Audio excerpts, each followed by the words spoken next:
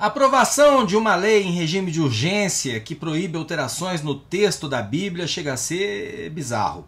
Mas para compensar, a Câmara acertou ao aprovar o piso salarial dos profissionais de enfermagem. Como tem muita coisa acontecendo, eu vou falar sobre esse e outros assuntos. Salve galera, eu sou o Maurício Ricardo. Inscreva-se, deixa o like ou dislike, comente, é muito importante. Deixa eu já começar, que é muito assunto para pouco tempo. Eu gosto de fazer vídeos curtos. Iniciando pelo que eu vou tratar de passagem. Hoje a agência Reuters revelou que o chefe da CIA, ou CIA, teria pedido ao governo Bolsonaro em julho passado para não ficar botando dúvidas sobre a lisura do processo eleitoral, porque os Estados Unidos não vão permitir um golpe aqui no maior país da América do Sul. Se a gente considerar que na época da Guerra Fria os Estados Unidos apoiaram e incentivaram golpes militares em toda a América Latina, inclusive a nossa ditadura de 20 anos, a notícia dá um certo alívio. Mas a matéria é baseada em fontes anônimas. O suposto encontro teria acontecido antes do 7 de setembro, em que o Voldemort do Planalto meteu o louco, e ele está até hoje com apoio aberto do generalato, ameaçando não acatar o resultado das urnas. Logo, o recado, se houve, foi sumariamente ignorado, e vamos nos lembrar, o atual presidente do Brasil é um pária junto às grandes democracias, razão pela qual ele busca alinhamento com líderes de extrema-direita, como o Orbán da Hungria, autocratas e tiranos como Putin e os príncipes árabes. Desde a saída do Trump, ele não bate mais continência para a bandeira dos Estados Unidos. E eu acho, posso estar enganado, que os Estados Unidos têm problemas internos demais para vir se meter aqui se der ruim. No máximo, vai impor sanções comerciais e vamos virar oficialmente e finalmente a Venezuela. Na verdade, terminar o processo de venezuelização, né? Porque a gente já voltou para o mapa da fome, o número de gente sem teto só aumenta. Enfim, essa a gente vai ter que esperar para ver. Outro assunto que muita gente espera que eu comente é o Lula na capa da revista Time e o teor da entrevista. Olha, ontem eu falei aqui dos milhões direcionados para uma compra superfaturada em 400% de kits de robótica. Aí eu li comentários me perguntando, dos 100 mil que a Prefeitura de São Paulo pagou para Daniela Mercury no show do 1º de maio, você não vai falar nada? 146 milhões do MEC para a turma do Lira fazer festa. Festa que virou palanque para o Lula com o show da Daniela Mercury. Se eu tiver que explicar o ridículo dessa falsa equivalência, meus esforços aqui serão um retumbante fracasso.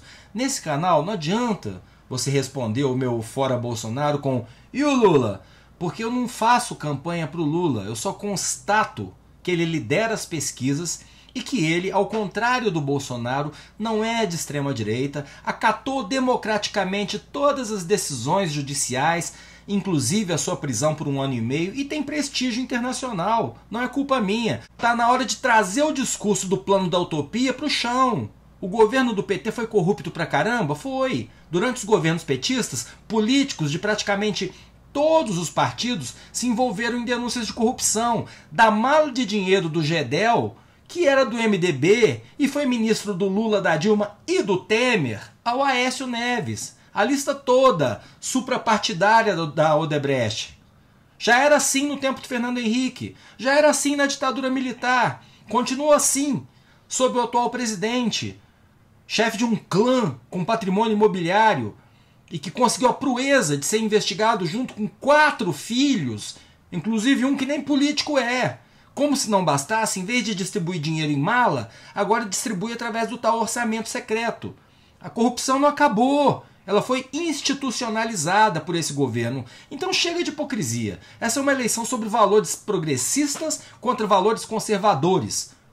Ponto. Quem entra aqui e vem falar de financiamento do BNDES para o Porto Mariel, de Cuba lá, que é importante, e não está ligando para o massacre dos Yanomamis e da boiada que está acabando com a Amazônia, já tem sua posição. Quem quer acreditar que o Brasil está em crise por culpa dos prefeitos e governadores que não pensaram na economia, não vai ser convencido do contrário, mesmo sendo a mais deslavada mentira. Quem acredita em cloroquina até hoje porque o médico tem que sustentar até hoje que funciona, senão pode levar processo, não vai mudar de ideia.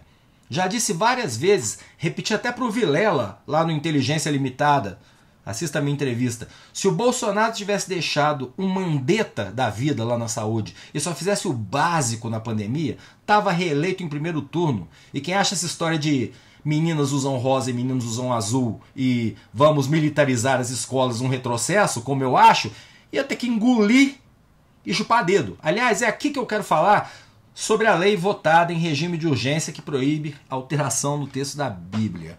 Todo cristão deveria considerar essa lei uma das mais estúpidas da história do Congresso. Por quê? Porque ao contrário da Constituição, do Código Civil, do Código Penal, a Bíblia tem várias versões, não tem só uma letra fria.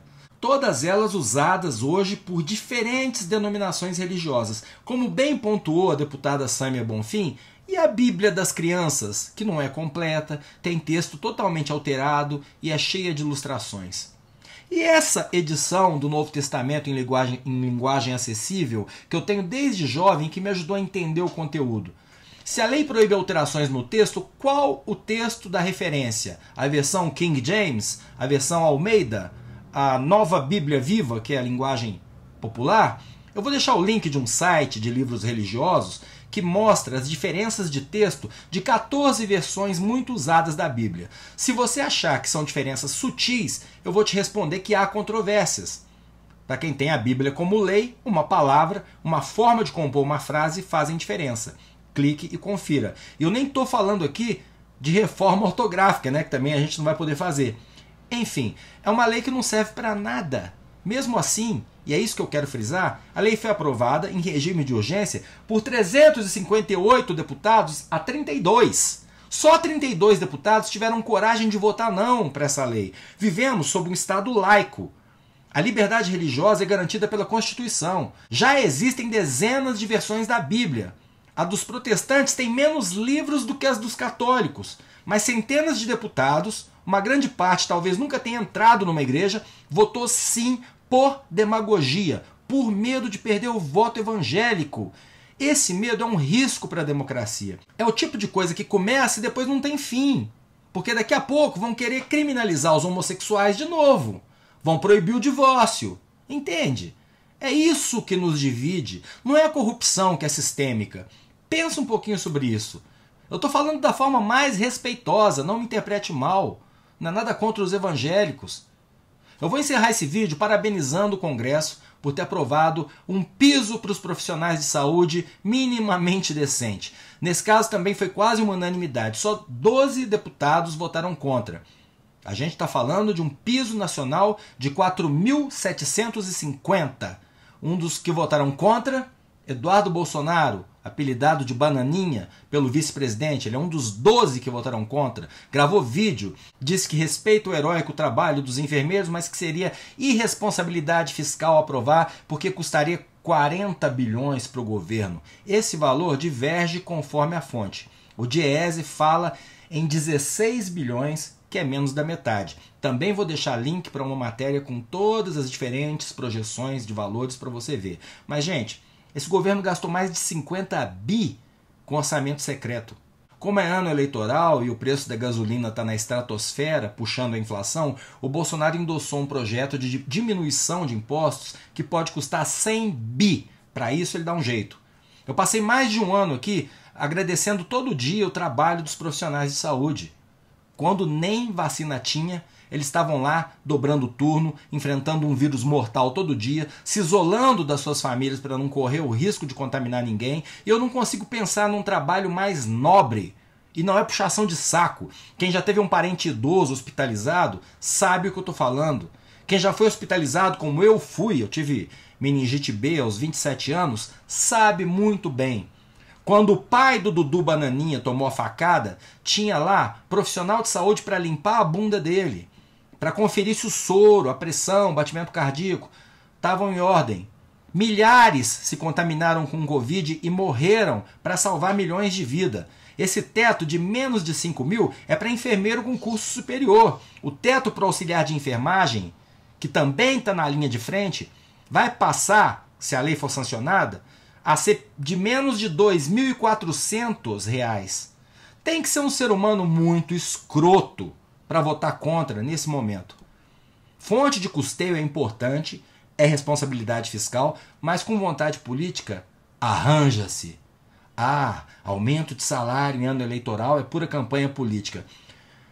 Olha, em tempos normais dá até para dizer isso, mas hoje, no segundo país que mais matou na pandemia no mundo, e a frase é essa mesmo, o país com as suas políticas federais matou pessoas, hoje no Brasil, profissional de enfermagem merece respeito como os heróis que eles são. E se você quiser discordar de mim, use o campo dos comentários, mas eu te proponho um exercício. Não enfie o Lula na conversa, isso não tem nada a ver com ele, com o Ciro, por quem eu torço também, embora preferisse o Brasil unido contra o atual governo, ou sobre qualquer um desses nomes que se insinuam, mas não passam de 1 a 3% nas pesquisas.